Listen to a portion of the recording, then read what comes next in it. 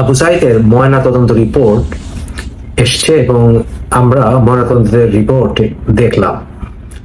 প্রথমত আমি ডাক্তার না, আমি আইনের মানুষ এবং আইনের একজন পেশাজীবী হিসাবে আমি যেটা করেছি, এটা রিপোর্টটি আমার একজন ঘনিষ্ঠ বন্ধু যিনি কানাডিয়ান একটি লিডিং হসপিটালে ফরেন্সিক ডিপার্টমেন্টে কাজ করে, আমি তার সাথে কথা বললাম এবং তাকে রিপোর্টটি দেখালাম, তার ওপিনিয়ন চাইলাম।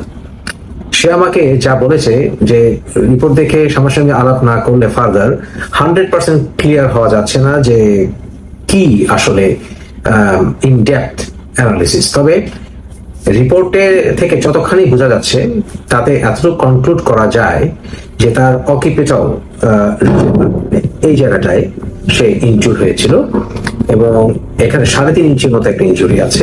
এখানে রাবার বুলেট না থাকলেও বোঝা যাচ্ছে যে প্রজেক্টরের মাধ্যমে সেখানে জায়গায় জায়গায় হিট করেছে, তার মাল্টিপল জায়গায়।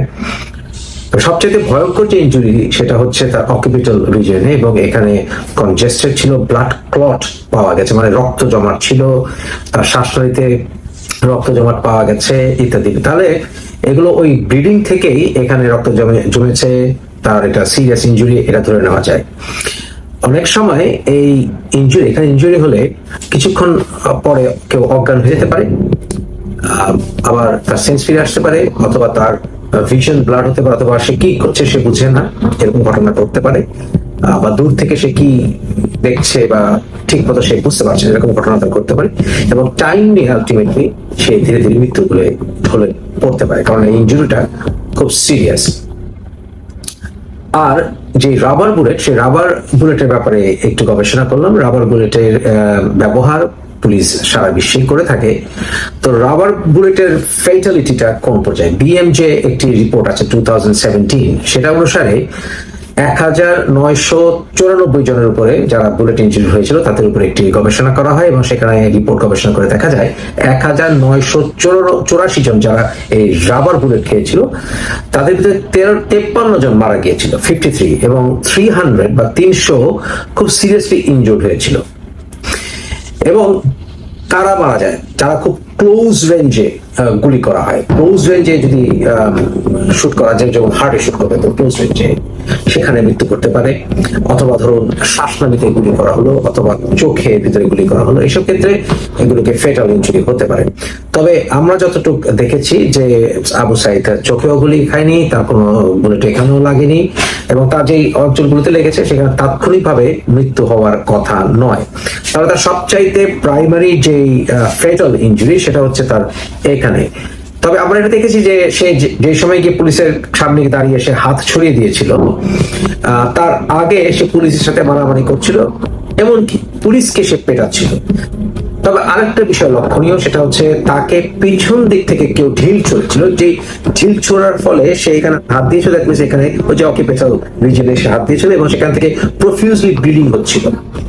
আবার অনেক সময় খুব সিরিয়াস ইনজুরি হলেও মানুষ অ্যাড্রিনালিন ড্রাইভের জন্য এটা সিরিয়াসনেস অনেক সময়, দ্যাট মিনস এই ইনজুরিটা সিরিয়াস, 3.5 ইঞ্চির ইনজুরি এবং সেটা ওয়াজ ফেটাল, এটা ধরে নেওয়া যায়। দ্যাট মিনস সে যদি গুলি নাও খেত বা গুলি যদি কন্ট্রিবিউটিং ফ্যাক্টর নাও হয়, ইট was very serious.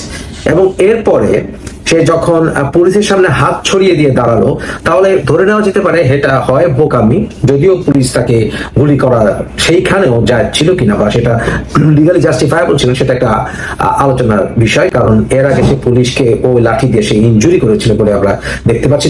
That became A serious weapon for beating up police. তাহলে পুলিশের কাছে এটা একটা সিরিয়াস ওয়েপন হিসেবে পুলিশ ট্রিট করছিল বা পুলিশকে এটা দিয়ে আঘাত করেছিল।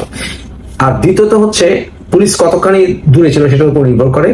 তবে পুলিশ সেকেন্ড টাইম তার ওই লাঠির বিটিং খাবে এবং তাকে নিবৃত্ত করতে যাবে, যখন সে সিরিয়াসলি পুলিশকে ইনজিওর করার চেষ্টা করেছিল, পুলিশকে সে এটাতে বাড়ি দিয়েছিল। এটা শুধুমাত্র থ্রেট নয়, এটা সিরিয়াস থ্রেট, কারণ পুলিশকে সে এটা দিয়ে বাড়ি দিয়েছিল। তাহলে পুলিশ নেক্সট টাইম এটার উপরে রিস্ক নিয়ে সে পুলিশ তার কাছে এভাবে মার খাবে তাকে নিবৃত্ত করতে গিয়ে, এটা বলা যাচ্ছে না, কারণ এটা পুলিশের কাছ থেকে আশা করা যায় না, কারণ সে সামনে এলেই সে আবার পুলিশকে আঘাত করতে পারে বলে পুলিশ কন্ট্রোল করতে পারে। তাই পুলিশের কাছে এটা তখন একটি সিরিয়াস ওয়েপন হিসেবে ব্যবহার করা মনে করতে পারাটা অস্বাভাবিক কিছু নয়। তাহলে পুলিশের বুলেটে সে মরেছে এটা বলা যাচ্ছে না, কারণ রাবার বুলেট ইউজ করা হয়েছিল বলেই তার প্রফিউজলি ব্লিডিং হচ্ছিল না। তার বুলেটে যেসব জায়গায় সে খেয়েছে মূলত এই সাইডগুলোতে, সেখান থেকে সে প্রফিউজলি ব্লিডিং হচ্ছিল না, কারণ মেঝেতে কোনো রাস্তার উপরে কোনো রক্ত দেখা যায়নি বা তাকে ঝরঝরিয়ে রক্ত পড়ছে এটা দেখা যায়নি। তাহলে সে রাবার বুলেটে তাৎক্ষণিকভাবে মরেছে এটা বলা যাচ্ছে না, বরঞ্চ তার এই ইনজুরিতে মরার সম্ভাবনাই অনেক বেশি।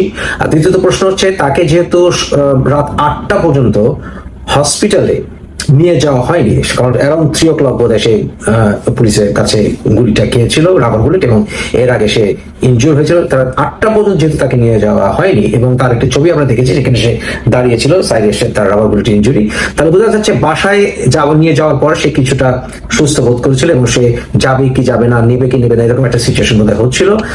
বা আরেকটি বিষয় হতে পারে যে তাকে সে শহীদ হয়ে যাক এই আশা বোধ হয় কেউ করছিল, যে শহীদ হয়ে গেলে আন্দোলন আরো বড় বেগবান হবে, অথবা সে নিজের থেকে শহীদ হতে চেয়েছিল, অথবা সে বুঝতে পারছিল না সে কি করছে। হোয়াটএভার ইট ইজ, তাকে 8টা পর্যন্ত কেন নেওয়া হয়নি এই বিষয়গুলো প্রশ্ন করার প্রয়োজন আছে। আমার মনে হয় পুলিশের তদন্তের জন্য এবং সুষ্ঠু তদন্তের জন্য, নিরপেক্ষ তদন্তের জন্য যারা তাকে ধরে নিয়ে গিয়েছিল, প্লাস নিয়ে যাওয়ার পরে 3টা থেকে 8টা তার কি ঘটছিল এটা পুরো জাতির সামনে তাদেরকে প্রশ্ন করা উচিত, সাংবাদিকদের প্রশ্ন করা উচিত, পুলিশের প্রশ্ন করা উচিত। তাহলে আমরা বুঝতে পারবো যে তার সিচুয়েশনটা আসলে কোনটার দিকে বেশি যাচ্ছিল এবং তাকে কেন নিয়ে যাওয়া হয়নি হাসপাতালে এতটুকু। যেহেতু তাকে মৃত অবস্থায় আনা হয়েছিল, এটা জানা প্রয়োজন সে কখন মারা গিয়েছিল এবং মৃত্যুর আগে লক্ষণগুলি কি ছিল। তাহলে তার হাসপাতালে নিয়ে না যাওয়াটাও তার মৃত্যুর একটি কন্ট্রিবিউশন ফ্যাক্টর হিসেবে কাজ করেছে বলে আমি মনে করি। তাহলে ওভারঅল মানে পুলিশকে রাবার বুলেট চালানো কি জায়েজ ছিল, যেহেতু আমরা এখন ভিডিও পেয়েছি যে তাকে তার পুলিশের বিরুদ্ধে সেটা ওয়েপন হিসেবে অলরেডি ব্যবহার করেছিল এবং পুলিশ একেবারে খুব বেশি কাছে ছিল না, তাই পুলিশকে খুব একটা দোষ দেওয়া যাচ্ছে না আসলে রাবার বুলেটের জন্য। বরঞ্চ সবকিছু এবং বিশেষ করে ময়নাতদন্তের রিপোর্টের পরে প্রাইমারি রিজন তার এইখানকার ইনজুরিতেই বোঝা যায়। তবে এখানে তাকে কে পাথর মেরেছিল, এখন পর্যন্ত কোনো পুলিশ তাকে পাথর মেরেছিল বা কোনো হেলমেট পরিয়ে তাকে পাথর মেরেছিল বলে নিশ্চিত হওয়া যাচ্ছে না। তাহলে যে তাকে মেরেছিল তাকে খুঁজে বের করা উচিত, সেই হচ্ছে আসল তার খুনের জন্য দায়ী। তাকে এখন পর্যন্ত পুলিশ ধরেছে বলে, পাকড়াও করেছে বলে আমরা জানি না। আশা করি ব্যাপারটি ক্লিয়ার হয়েছে। তবে আমরা যা ধারণা করেছিলাম তা বোধ হয় না, বরঞ্চ পুলিশ তার প্রাইমারি হত্যাকারী নয়। অনেকেই হয়তোবা ভাবতেছেন যে তুষার ভাই এই ভিডিওতে একবার দেখছি আমরা, আবার দেখাইলেন কারণ কি? কারণ একটাই ভাই, আমি বাংলাদেশের মানুষের উদ্দেশ্যে ভিডিওটা পুনরায় আবারও প্রচার করতেছি। রিজন হচ্ছে আপনার সমন্বয়করা এখন পর্যন্ত এই আবু সাইদের নাম ভাঙিয়ে প্রতিটি মানুষের কাছ থেকে মনে করেন তার কি আবেগ, তার বিবেক সবকিছু মনে করেন আপনার কেড়ে নিচ্ছে, যে আমাদেরকে ভোট দিবেন। ওই আবু সাইদের দিকে তাকান, আমাদেরকে কেন ভোট দিবেন না? ওই মুগ্ধর দিকে তাকান, পানি লাগবে পানি, যে মানুষটাকে গুলি করে মারছে। ওই আবু সাহিদ বন্দুকের সামনে 2টা হাত এভাবে পাখির ডানার মতো মেলা মনে করেন পুলিশের বন্দুকের সামনে দাঁড়াই ছিল, তারপরও এই ফ্যাসিস্ট হাসিনার বাহিনী গুলি করছে। তাই আমি বলতে চাই এই ভিডিওটা এনাফ।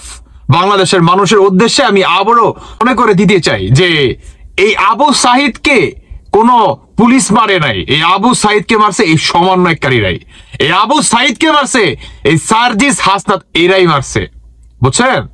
এরা মনে করেন কত বড় যে সন্ত্রাসী। দেখলেন তো ভিডিওটা, যদি সঠিক সময় ওনাকে হসপিটালে মনে করেন নেওয়া যাইতো বা নিত, তাহলে আজকে হয়তোবা এই ঘটনাটা নাও ঘটতে পারতো, অন্য কিছু হলেও হতে পারতো। কিন্তু এই সমন্বয়করা দেখছে যে যখন নাকি আবু সাহিদ পুলিশের সামনে 2 হাত এভাবে মেলা দাঁড়াইছে, তখনই এরা মনে করেন টার্গেট নিয়ে নিছে যে একে কোনোভাবে যদি মারা যায় তাহলে আমাদের আন্দোলনে বাংলাদেশের প্রায় 80 থেকে 90% মানুষ চলে আসবে এবং যা ঘটার তাই ঘটে।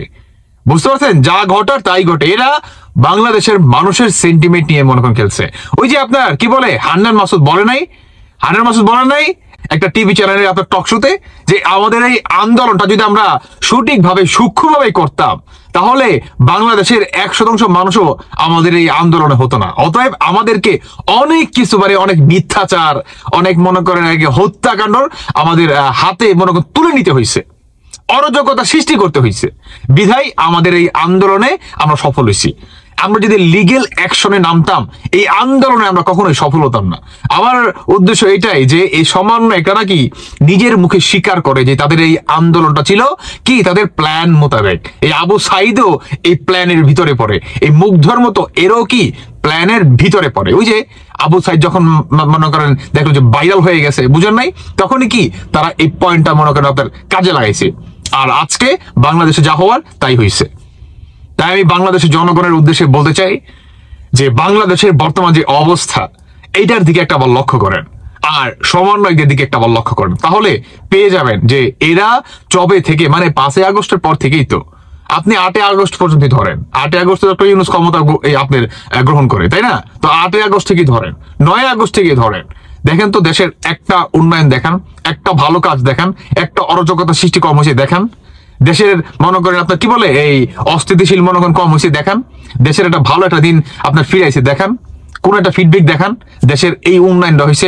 আচ্ছা 6 মাসে তো উন্নয়ন করা সম্ভব না, ওকে বাদ দিলাম, সংস্কার কাজ কিঞ্চিত পরিমাণ হয়েছে দেখান, পারবেন না। কারণ আপনি জানেন যে এরা কি করছে, এরা বর্তমান লুটপাটে মনে করেন ব্যস্ত। তাই আমি বলবো যে এই সমন্বয়ক সার্জিস হাসনাত এরা পুনরায় বাংলাদেশের মানুষের আবেগ নিয়ে মনে করেন খেলতেছে, ভোট কালেক্ট করার জন্য পুনরায় এই আবু সাঈদের মৃত্যুকে তারা মনে করেন হত্যা করে পুনরায় আওয়ামী লীগের নাম দিয়ে, শেখ হাসিনার নাম দিয়ে, পুলিশের নাম দিয়ে, মানুষের মনে করেন চোখে ধুলা দিয়ে তাদের মনে করেন ভোট কালেক্ট করার মনে করেন ধান্দা, এছাড়া আর কিচ্ছু না। তাই বলবো যে পুনরায় পুলিশকে কেউ ক্রিমিনাল বানাবেন না, কারণ পুলিশ গণহত্যা কিন্তু কম হয় নাই। পুলিশ গণহত্যার বিচার করবে কে? এই সমন্বয়কের বাচ্চারা। পুলিশ গণহত্যার বিচার করবে কে? স্বৈরাচার। তোরা হচ্ছে সবচেয়ে বড় স্বৈরাচার, তাদের থেকে স্বৈরাচার মানুষের কেউ নাই, বুঝছো স্যার, কেউই নাই। যাই হোক, আমি আর কিছু বলতে চাচ্ছি না, তবে এটাই বলতে চাই যে এই আবু সাঈদের মৃত্যুর ঘটনা যদি সঠিকভাবে তদন্ত করা হয়, আমার মনে হয় যে ভাই সত্যিটা বের হয়ে আসবে। দর্শক বন্ধুরা, বাকিটা আপনাদের ব্যক্তিগত মতামত অবশ্যই জানিয়ে যাবেন। ধন্যবাদ সবাইকে। আল্লাহ হাফেজ, আসসালামু আলাইকুম।